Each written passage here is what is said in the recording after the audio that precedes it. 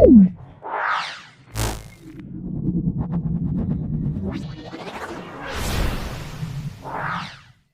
guys, welcome back to Azmio channel. So hari ini saya akan bawakan satu kisah. Dan sebelum saya beritahu apa kisah itu, jangan lupa untuk subscribe dan like channel ini, karena subscribe itu berharga bagi saya. And without any further ado, let's get into the story. Dan seperti biasa, another day, another face. Harap Anda tidak muak. Dan hari ini saya akan bawakan satu kira misteri legenda. Ya, misteri legenda. Maaf kalau ada bunyi nyaw-nyaw di belakang. That's my baby cat.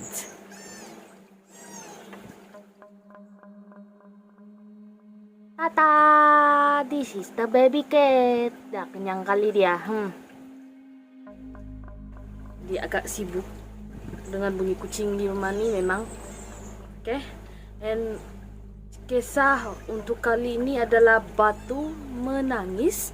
Kisah gadis cantik durhaka yang dikutuk menjadi batu. Anda penasaran bagaimana? Saya juga. Ayo kita dengarkan cerita ini. Batu Menangis adalah cerita rakyat di Kalimantan Barat. Dan ini kali adalah kisah dari sana seberang. Dan mungkin akan datang saya bawa kisah-kisah di negeri Malaysia. Negeri kita lah, ya. Legenda Batu Menangis mengisahkan tentang seorang janda dan anak perempuannya yang sangat cantik tetapi memiliki sifat yang buruk. Dalam legenda ini dikisahkan kehidupan seorang janda miskin dan anak perempuan bernama Darmi. Saya bukan nak menghina atau nak bermaksud untuk memperkatakan janda ini, tapi memang di story lain kayak gitu. Jadi jangan marah guys, please jangan marah, oke? Ibu dan anak gadisnya ini hidup di sebuah bukit jauh dari perdesaan. Darmi berparas sangat cantik hingga membuat semua orang terpesona melihatnya. Darmi selalu membanggakan kecantikannya. Kiranya dia macam sombong lah. Dia terlampau, apa bilang kalau kita Sabahan, entah puji. Itulah. Siapa menyangka di balik kecantikan wajahnya, Darmi mempunyai sifat bertolak belakang. Sifatnya tidak secantik parasnya. Itulah bilang orang, tengok hati bukan tengok muka. Wow. Jadi kalau dapat pasangan yang tak elok, itu hang punya masalah buat saya, oke? Gadis ini sangat malas dan tidak pernah membantu ibunya. Keturunan Majapahit yang kecantikannya memicu tragedi berdarah. Kesibukannya setiap hari hanya bersolek. Tidak pernah mahu membantu bekerja di sawah maupun menyelesaikan pekerjaan di rumah. Siang ibu hanya bisa sabar dan terus bersabar. Sebagai ibu, wanita ini tak berhenti memberi nasihat. Seperti ibu-ibu lainlah. Darmi keras kepala, tak mau mendengar nasihat baik ibunya. Doa setiap hari dipanjatkan sang ibu untuk anaknya yang bersifat kurang baik itu. Hanya doa yang bisa dipanjatkan untuk menghadapi anak gadisnya. Setiap nasihat dan perkataannya tidak bisa didengari. Biasalah, masuk telinga kanan, keluar telinga kiri. Boom. Itulah itu. Satu hari, Darmi meminta ibunya untuk dibelikan alat kecantikannya yang habis. Ibu tak tahu alat kecantikan seperti apa yang Darmi maksudkan. Akhirnya ia mengajak Darmi untuk ke pasar bersama-sama dengannya. Darmi sempat menolak, tak mau ke pasar dengan alasan ia tidak mau kulitnya menjadi hitam karena hanya hal yang sepele, kepanasan. Oke? Tetapi dengan terpaksa Darmi pun mau ikut dan mengajukan syarat. Ada syarat dia guys. Syaratnya yaitu ibunya harus berjalan di belakang Darmi. Ia tak mau orang lain melihat ibu dan Darmi berjalan beriringan. Karena rumah mereka yang jauh, ibu dan anaknya ini harus berjalan jauh untuk sampai ke pasaran. Darmi berjalan di depan ibunya dengan mengenakan pakaian yang sangat bagus. Tapi masih juga si Darmi ini tidak bersyukur ya. Sedangkan ibunya berjalan di belakang Darmi dengan pakaian lesu dan kotor. Itulah bilang orang firasat seorang ibu ya. Bila dia melahirkan seorang anak, dirinya sendiri tidak terawat hanya untuk melihat keluarga dia bahagia bersih. So, hargailah istri Anda walaupun hanya dengan bawa jalan-jalan buat hal yang sepele yang dia suka membuat dia happy. Oke guys. Saat memasuki desa, semua orang yang melihat Darmi langsung terpesona. Banyak pemuda desa yang mengagumi penduduk desa dibuat heran dengan orang di belakang Darmi itu. Salah satu dari mereka pun bertanyalah siapa yang berjalan di belakang dia. Tapi dengan sombongnya Darmi berkata bahwa ibunya salah seorang pembantu. Nak makan selipar anak nih. Hengah, pilih. Nak tali pinggang? Boy. Emang kau tuh yang lahirkan kau, astaga.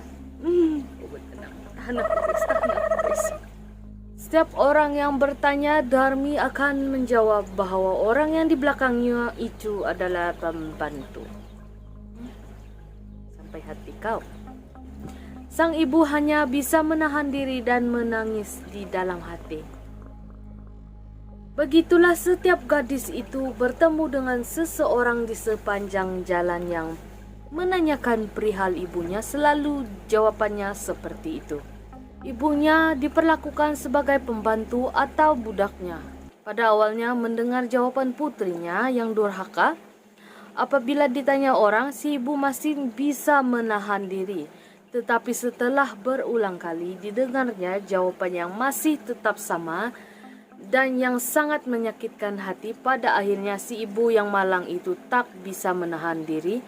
Lalu ia pun berdoa, "Ya Tuhan, hamba sudah tidak kuat menahan hinaan ini. Anak kandung hamba dengan teganya memperlakukan diri hamba sedemikian rupa. Ya Tuhan, hukumlah anakku yang durhaka ini, hukumlah dia. Dan atas kekuasaan Tuhan yang Maha Esa." Tak lama setelah ibunya berdoa, langit menjadi mendung, petir datang dan hujan pun mulai turun. Perlahan-lahan tubuh Darmi mulai membatu. Bukan basah guys, membatu. Dimulai dari kaki yang tak bisa digerakkan, lalu seluruh tubuhnya yang berubah menjadi batu. Darmi menangis ketakutan dan memohon ampun pada ibunya. Ibu tak dapat berbuat apa-apa. Hukuman untuk Darmi tak bisa dibatalkan. Darmi menangis dan menyesali perbuatannya. Saat kepala Darmi menjadi batu, ibunya melihat Darmi menitikkan air mata. Semua orang di sana menyaksikan peristiwa tersebut. Penduduk setempat percaya bahwa cerita legenda batu menangis benar-benar terjadi. Pesan moral yang bisa dipetik dari cerita ini, berbaktilah pada orang tua. Kita harus taat dan patuh terhadap orang tua kita ya guys. Karena murka orang tua adalah murka Tuhan juga. Legenda batu menangis dipercayai sebagai kutukan berupa batu dan menyerupai orang yang sedang menangis. Dan ya, itulah legenda dia, dan tidak silap memang ada di Kalimantan sana. Kalau kamu mau, kalau kamu yang pernah melawat sana, boleh nyatakan kamu punya kenyataan di bawah. Saya lupa guys.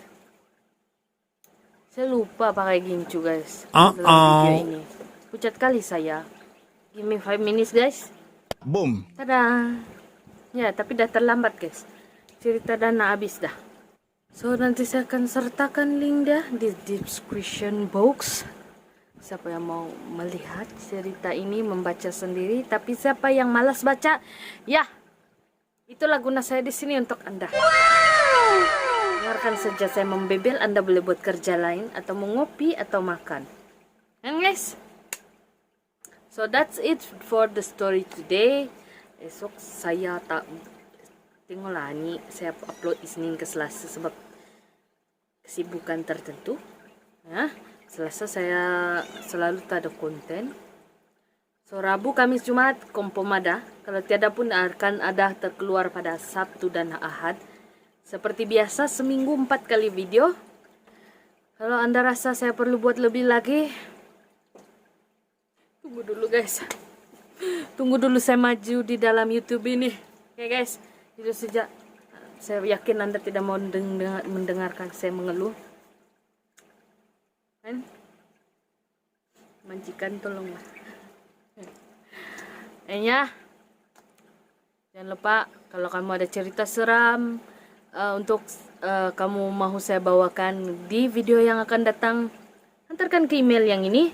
Ya guys, that's it. See ya. And be careful.